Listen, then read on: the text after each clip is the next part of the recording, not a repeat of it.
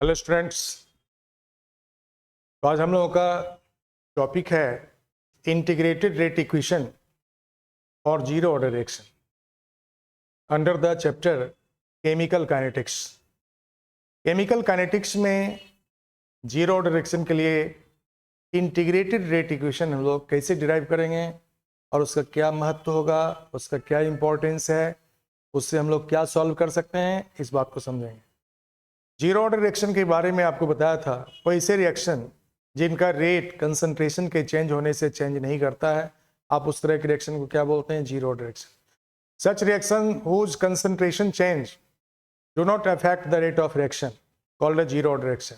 वैसे रिएक्शन जिसमें concentration change of reactant से रेट ऑफ रिएक्शन का कोई इफेक्ट नहीं होता है, rate of reaction remain unaffected when concentration is change, आप उस तरह के रिएक्शन को क्या बोलते हैं? जीरो ऑर्डर रिएक्शन बोलते हैं।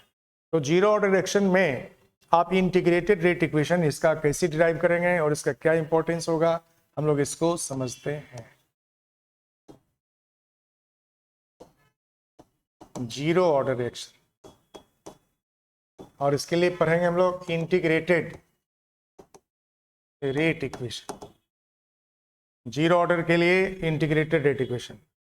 मान लिया जाए एक रिएक्टेंट R है जो किसी प्रोडक्ट P में चेंज करता है, minus d r by d T, यह रेट को रिप्रेजेंट करता है। सपोज दैट ये रिएक्टेंट का कंसंट्रेशन डी आर डिसअपियर होता है डी टी टाइम में। डी टी टाइम में आर रिएक्टेंट का कंसंट्रेशन जितना डिसअपियर होता है वो डी आर है। तो डी आर कंसंट्रेशन चेंज हो रहा है डी टी टाइम में, rate of reaction, speed of reaction equal to क्या लिखेंगे? Minus d r by d t. इसमें नेगेटिव साइन क्या रिप्रेजेंट करता है? Decrease in the concentration of reactant और डिसअपियरेंस ऑफ रिएक्टेंट। तो minus d r by d t proportional to हम लोग क्या लिखेंगे? टू रिएक्टेंट का कंसंट्रेशन आर लिखेंगे। लेकिन जीरो ऑर्डर के लिए इस आर का पावर कितना बनाएंगे? जीरो बनाएंगे। जीरो ऑर्डर रिएक्शन के लिए कंसंट्रेशन ऑफ रिएक्टेंट का पावर कितना लेते हैं? रेट एक्सप्रेशन में जीरो लेते हैं। तो minus d r by d t equal to proportionality constant भी लगा देते हैं into r naught. R naught का वैल्यू मतलब आर का पावर जीरो कर दिया, किसी का भी पावर जीरो तो वन होता है। जब किसी का पावर जीरो कर देंगे ये वन के इक्वल हो जाता है, किसी भी वैल्यू का पावर जीरो कर देंगे वन के इक्वल हो जाएगा। तो minus d r by d t equal to क्या होगा? के, यानी कि रेट ऑफ रिएक्शन किसके इक्वल होगा? आप इसी को क्या बोलते हैं? रेट। और इस के को क्या बोलते हैं? रेट कांस्टेंट बोलते हैं।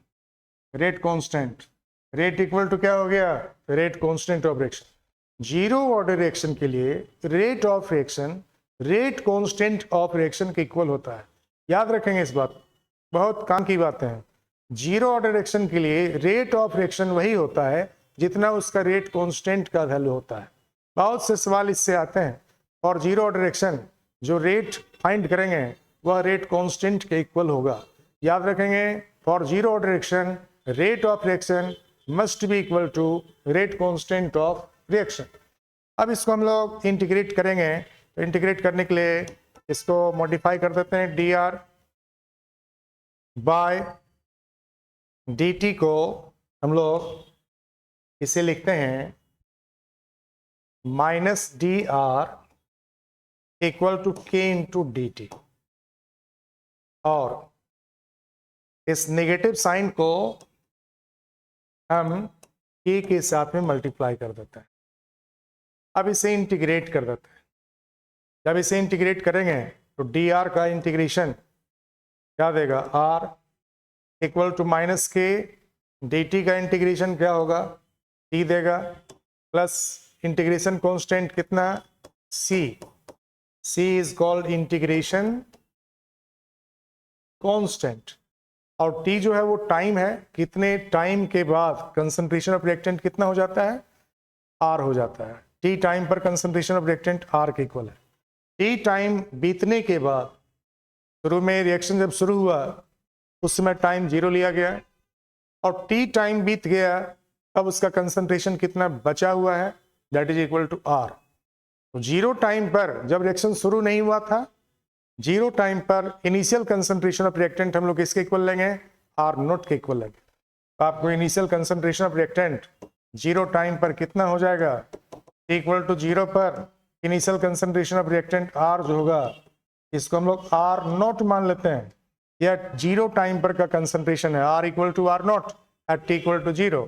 हम लोग इस दोनों वैल्यू को यहाँ पुटअप कर देते हैं तो आपको क्या बन जाएगा इक्वेशन, आर इक्वल टू हो जाएगा r naught, r equal to r naught equal to क्या लिखेंगे माइनस के, और टी इक्वल टू कितना है 0 और प्लस सी। तो इससे सी का वैल्यू हमें फाइंड हो गया, इंटीग्रेशन कांस्टेंट का वैल्यू फाइंड हो गया, सी इक्वल टू क्या हो गया आर नॉट। इसको इक्वेशन 2 मान लेते हैं और इसे हम लोग इक्वेशन 1 मान लेते हैं। इसको इक्वेशन 1 मान लेते हैं और इसको इक्वेशन नंबर 2 मान लेते हैं। अब इस दोनों इक्वेशन के यूज से हम इंटीग्रेटेड रेट इक्वेशन को फाइंड कर लेंगे। हम लोग सी के वैल्यू को इक्वेशन 1 में पुटअप करेंगे। जब सी के वैल्यू को इक्वेशन नंबर 1 में पुटअप करेंगे तो आपको इंटीग्रेटेड रेट इक्वेशन डिराइव्ड हो जाएगा। अब देखिए यहाँ सी के वैल्यू को हम इक्वेशन 1 में पुटअप करते हैं तो इक्वेशन 1 में पुटअप करने पर ये r equal to minus k into t plus c equal to r naught है, यहाँ आर नोट पुटअप कर देंगे। यानी कि आप इसका नेगेटिव साइन है यहाँ पर माइनस के टी प्लस आर नॉट, यानी कि ये जो इक्वेशन है ये y equal to m x plus c के जैसा इक्वेशन है। यानी कि y एक्सिस में यदि r के वैल्यू को रख दीजिए और x एक्सिस में t के वैल्यू को रख दीजिए, y एक्सिस में r के वैल्यू को रख दीजिए, तो आपको यहाँ c जो है वो इंटरसेप्ट है और इंटरसेप्ट आपको किसके इक्वल आएगा, intercept equal to r naught के इक्वल आ जाएगा, intercept equal to r naught हो जाएगा। और स्लोप जो है वो आपको m के इक्वल है, यह स्लोप आपको माइनस के इक्वल हो जाएगा। This slope will find equal to minus k, intercept will find are not when we plot concentration of reactant with time.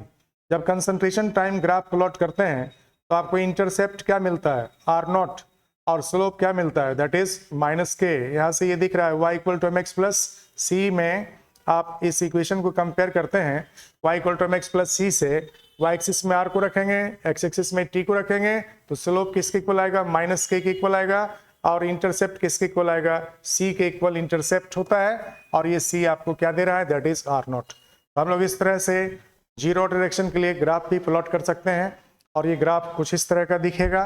जब हम लोग r का ग्राफ t के अगेंस्ट प्लॉट करेंगे तो इंटरसेप्ट मिलेगा r नॉट और स्लोप मिलेगा k के इक्वल। इस बात को याद रखेंगे, ये पूछा जाता है स्लोप क्या होगा और इंटरसेप्ट क्या होगा प्लॉट ऑफ r और t के लिए। याद रखेंगे पूछा गया कई बार, स्लोप इक्वल टू क्या होगा माइनस के और इंटरसेप्ट इक्वल टू क्या होगा that is r naught. R naught मतलब क्या हो गया initial concentration of reactant before starting of reaction. जो कंसंट्रेशन रिएक्टेंट का था वह आर नोट है और टी टाइम बीतने के बाद कंसंट्रेशन कितना बच जाता है आर के इक्वल हो जाता है। अब हम लोग इस इक्वेशन को आगे मॉडिफाई करते हैं, इस इक्वेशन को आगे फिर हम लोग मॉडिफाई करते हैं, इसको आगे सॉल्व करते हैं, इसको हम लोग आगे फिर से सॉल्व करते हैं, देखिए क्या मिलता है। अब यहाँ पर ये नेगेटिव साइन जो यहाँ है इसको हम इस तरफ कर दें, इट मीन्स दोनों साइड में नेगेटिव से मल्टीप्लाई कर देते हैं तो ये हो जाता है आपको माइनस आर इक्वल टू ये negative sign negative negative positive हो जाएगा इनटू टी प्लस ये आर नॉट में नेगेटिव मल्टीप्लाई होके क्या हो जाएगा that is equal to minus हो जाएगा, that is equal to r naught के इक्वल हो जाएगा, माइनस आर नॉट के इक्वल हो जाएगा। इधर भी नेगेटिव से मल्टीप्लाई कर दिया, इधर भी नेगेटिव से मल्टीप्लाई कर दिया तो हमें ये इक्वेशन फाइंड हो जाता है। अब इस आर नॉट को आप इस तरफ ले जाएंगे तो आपको ये हो गया r naught minus r equal to k t, यानी कि के इक्वल टू क्या हो जाएगा r naught minus r by t और टी इक्वल टू क्या होगा r naught minus r by k. जहां पर k का मतलब आपको बताया गया रेट कांस्टेंट होता है, k का मतलब क्या है rate constant of reaction, k is called rate constant of reaction और t क्या है कितने देर में कितने टाइम में r naught r k equal हो जाते हैं। इस t को बोलते हैं time in which concentration of reactant r naught becomes equal to r। Concentration of reactant r naught जितने देर में आर के इक्वल हो जाते हैं उस टाइम को हम लोग क्या बोलते हैं, that time is called as t. जितने देर में ये आर नॉट आर हो जाएगा उस टाइम को टी बोलेंगे। और रेट कांस्टेंट ऑफ रिएक्शन, उस रिएक्शन का एक कांस्टेंट वैल्यू है जो रेट के इक्वल होता है। Rate of reaction rate constant के इक्वल होता है for the zero order reaction, ये हम लोग याद रखते हैं।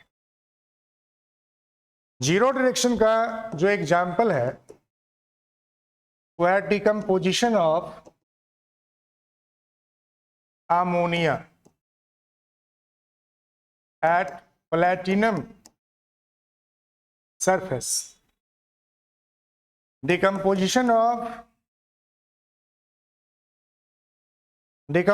of HI at gold surface। Gold का सिंबल हम लोग क्या लिखते हैं, AU। गोल्ड के सरफेस पर, औरम के सरफेस पर HI का decomposition that is zero direction. Platinum के सरफेस पर अमोनिया का डिकम्पोजिशन, यह भी जीरो डायरेक्शन है। जीरो डायरेक्शन का जो रेट होता है वो रेट कांस्टेंट ऑफ रिएक्शन के इक्वल होता है। जीरो डायरेक्शन का जो टी का वैल्यू होगा वो आर नॉट माइनस आर बटे के इक्वल होगा।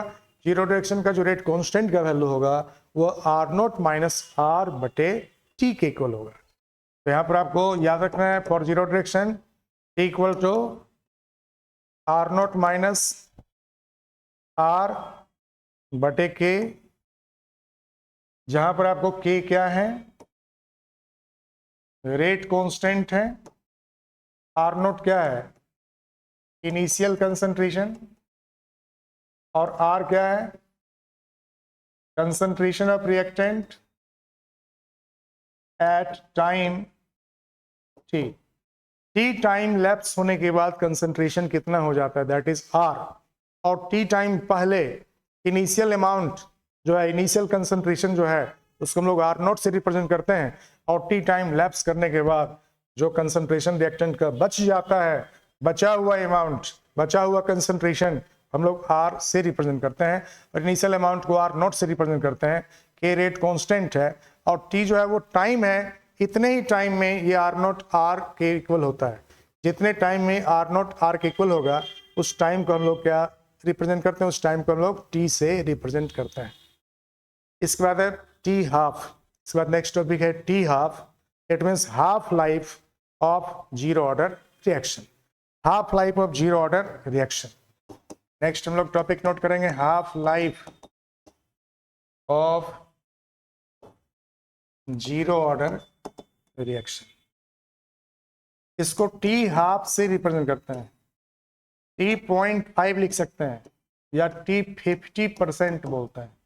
इट मीन्स 50% अमाउंट का रिएक्ट हो जाने के लिए, टोटल अमाउंट ऑफ रिएक्टेंट का 50% को रिएक्ट हो जाने में जो टाइम लगेगा उस टाइम को हम लोग क्या बोलते हैं, हाफ लाइफ पीरियड बोलते हैं, या उसको हाफ लाइफ टाइम बोलते हैं। Half life period T half या T.5 या T50% से रिप्रेजेंट करते हैं। तो टी हाफ जो होगा यह है time in which initial amount या initial concentration becomes half is called as T half। इसी को हम लोग टी हाफ बोलते हैं। जितने देर में इनिशियल अमाउंट हाफ हो जाएगा हम लोग उस टाइम को टी हाफ बोलते हैं।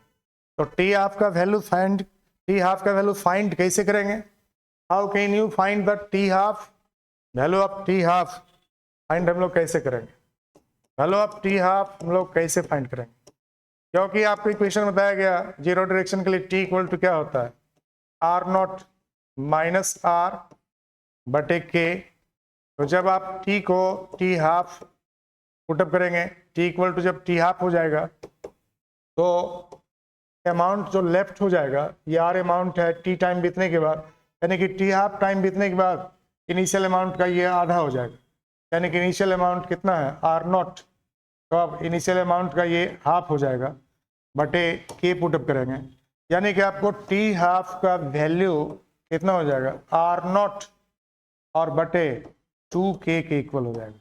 T half equal to r naught बटे 2k, यानी कि t half for zero direction equal to r naught बटे 2k।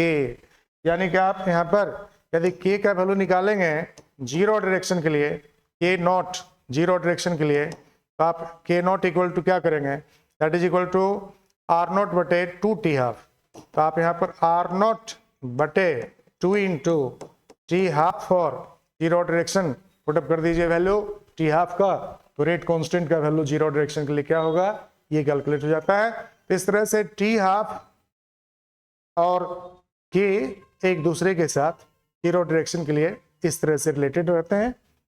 के नॉट मतलब, के नॉट का मतलब यहाँ पर है रेट कांस्टेंट से, के मतलब रेट कांस्टेंट, और रेट कांस्टेंट इक्वल टू क्या होता है, आर नॉट बटे 2 इंटू टी हाफ। तो टी हाफ का वैल्यू जितना दिया रहेगा क्वेश्चन में कि इतने देर में इनिशियल अमाउंट हाफ हो जाता है, वह टाइम क्या हो गया, टी हाफ हो गया।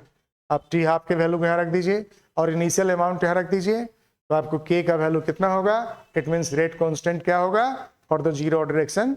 इस तरह से हम लोग फाइंड कर लेते हैं।